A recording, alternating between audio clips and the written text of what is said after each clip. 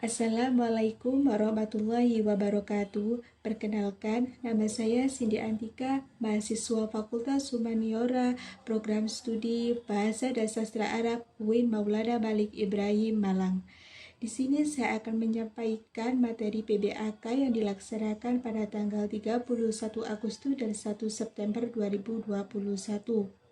Materi yang pertama adalah UIN Maulana Malik Ibrahim Malang sejak tahun 2008 sudah mengadopsi atau mendapatkan sertifikasi ISO 900 sampai 2000. Pada tahun 2020 ada 4 program studi yang sudah mendapatkan sertifikasi. Lebih dari itu juga banyak yang mendapat predikat A. Terlebih jika jurnal internasional bereputasi sehingga semua karya-karya dosen dan mahasiswa bisa menambah UIN Malang bisa meningkatkan peringkat universitas versi World University. UIN Maulana Malik Ibrahim Malang memiliki kelebihan-kelebihan dalam menyelenggarakan pendidikan, yaitu melakukan integrasi pendidikan tinggi yang memadukan unsur Islam dan pendidikan pesantren untuk membentuk karakter mahasiswanya yang beriman dan Islami. Oleh karena itu, kampus UIN Malang terdapat Ma'had Al-Jami'ah sebagai pusat pengembangan karakter ulul albab, khususnya di pilar yang harus dimiliki mahasiswanya. UIN Malang berlatar belakang fakultas maupun program studi yang berbeda-beda, mempunyai moderasi beragama yang mendidik para mahasiswanya menjadi generasi yang unggul, moderat, toleran, dan menjunjung prinsip serta nilai-nilai keragaman. Memiliki jati diri keislaman yang kuat, memiliki komitmen kebangsaan yang kokoh, cinta negara dan budaya, dan cinta keragaman yang menjadi aset dan kekayaan negara Indonesia serta mampu menempatkan diri di tengah atau pada posisi antara ideologi radikalisme dan di kanan ideologi liberalisme. PBAK tahun ini mengangkat tema mewujudkan generasi muslim moderat dan peduli menuju Indonesia tangguh. Dan ini salah satu amanah dari Kementerian Agama di mana UIN Malang sebagai salah satu yang berada di bawah naungan Kementerian Agama harus menjadi corong bagi pengembang Islam. Materi yang kedua, menjadi mahasiswa UIN Maulana Malik Ibrahim Malang tidaklah gampang.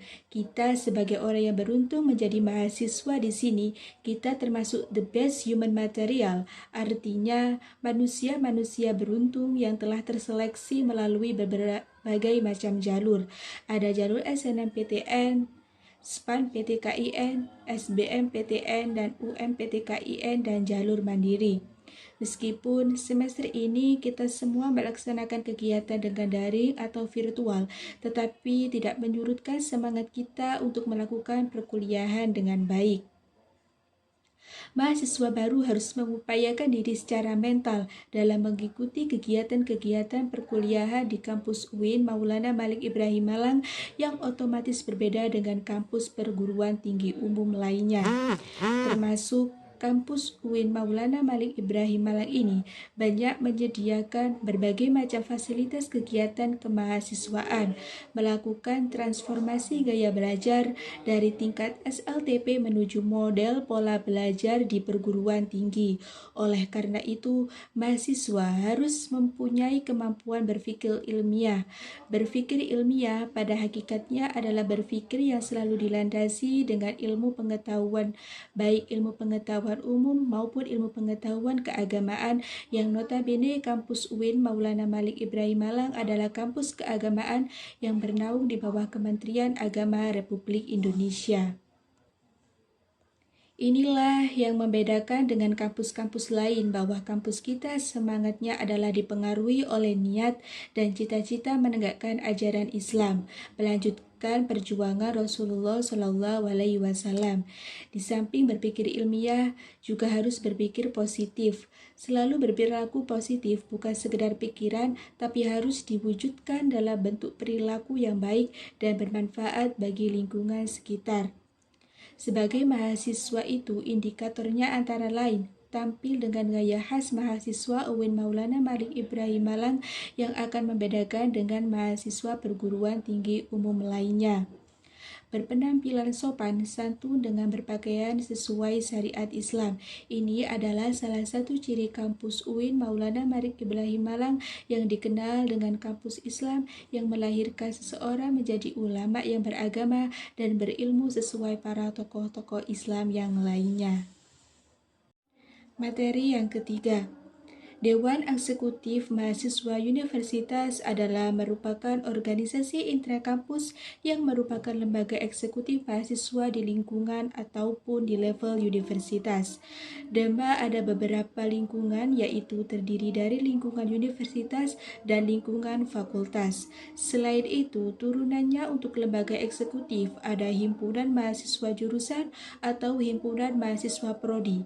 Jadi, fungsi Dewan Universitas adalah sebagai pelaksana organisasi kemahasiswaan, yakni yang sudah mengetahui bahwasanya jika di kampus-kampus negeri yang di bawah naungan Kemendikbud menggunakan istilah namanya BEM atau Badan Eksekutif Mahasiswa.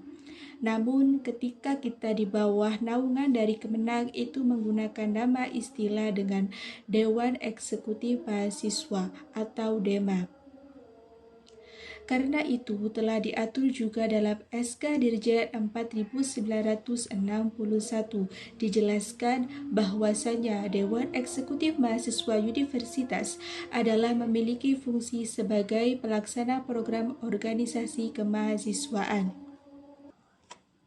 Yang kedua, sebagai lembaga yang akan mengkoordinasikan dan mengkondisikan instruksi pelaksanaan kegiatan kemahasiswaan di tingkat universitas. Materi yang keempat tentang kebangkitan bangsa menuju Indonesia tangguh. Di era pandemi yang semakin meningkat setiap tahunnya, sampai saat ini tidak ada yang bisa menemukan obat COVID-19. Kunci menanggulangi COVID-19 adalah vaksinasi agar mencapai herd immunity atau kekebalan. Skala besar, kunci yang kedua adalah disiplinnya prokes. Orang Indonesia kurang disiplin prokes, jadi wabah COVID-19 tak kunjung hilang.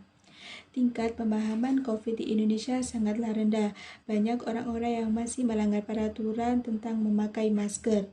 Pertumbuhan ekonomi karena COVID semua turun, semua negara turun, tapi di Indonesia sudah mengalami kenaikan dari tahun ke tahun, naik sekitar 7%. Melemahnya daya membeli karena efek PPKM membuat masyarakat malas untuk membeli, lalu terjadinya inflasi tipis, dan juga banyak yang kehilangan pekerjaan akibat pandemi COVID-19. Tercatat lebih dari 50.000 buruh di PHK sejak awal tahun 2021. Tingkat pengangguran akan lebih banyak di bulan Agustus 2021. Dampak di sektor pendidikan, banyaknya yang putus sekolah dikarenakan anak harus bekerja karena krisis ekonomi akibat pandemi COVID-19 dan juga karena persepsi orang tua mereka. Kebijakan sektor pendidikan di pandemi ini adalah memberikan bantuan kuota data internet, bantuan subsidi, BLT, dan lain-lain. Bantuan lanjutan untuk bulan September, Oktober, November sebanyak 2,3 triliun. Agar kita bisa tatap muka, kita harus melakukan kolaborasi Exahelix agar terselesaikannya wabah ini. Model kolaborasi ini tidak hanya modal di pandemi, akan tetapi menjadikan model kolaborasi masa depan yang mampu menaikkan kelas sektor ekonomi, pendidikan, dan sektor lembaga di Indonesia. Sekarang kita berada di era digital 4.0 dan akan menuju 5.0, yaitu seperti memakai hologram. Kata pepatah, siapa yang ingin memajukan dunia dia harus pandai IT. Barang siapa yang tidak bisa menjadi mahir dalam IT maka akan menjadi budak dunia. 3 kekuatan pengubah dunia adalah yang pertama kemajuan teknologi, yang kedua agama, yang ketiga pemasaran. Materi yang kelima, Senat Mahasiswa adalah organisasi mahasiswa di UIN Maulana Malik Ibrahim Malang yang berperan sebagai lembaga legislatif yang mengkoordinasikan DEMA, UKM, dan HMJ lebih di balik layar. Visi dari Senat Mahasiswa adalah terwujudnya Senat Mahasiswa Universitas sebagai lembaga legislatif, transformatif, kolaboratif, progresif, berdasarkan asas kebersamaan dari kekeluargaan serta menjunjung tinggi profesionalitas. Adapun fungsinya adalah advokasi atau ada kendala ini untuk mencapaikan kendala-kendala legislasi, pengawasan, dan penganggaran.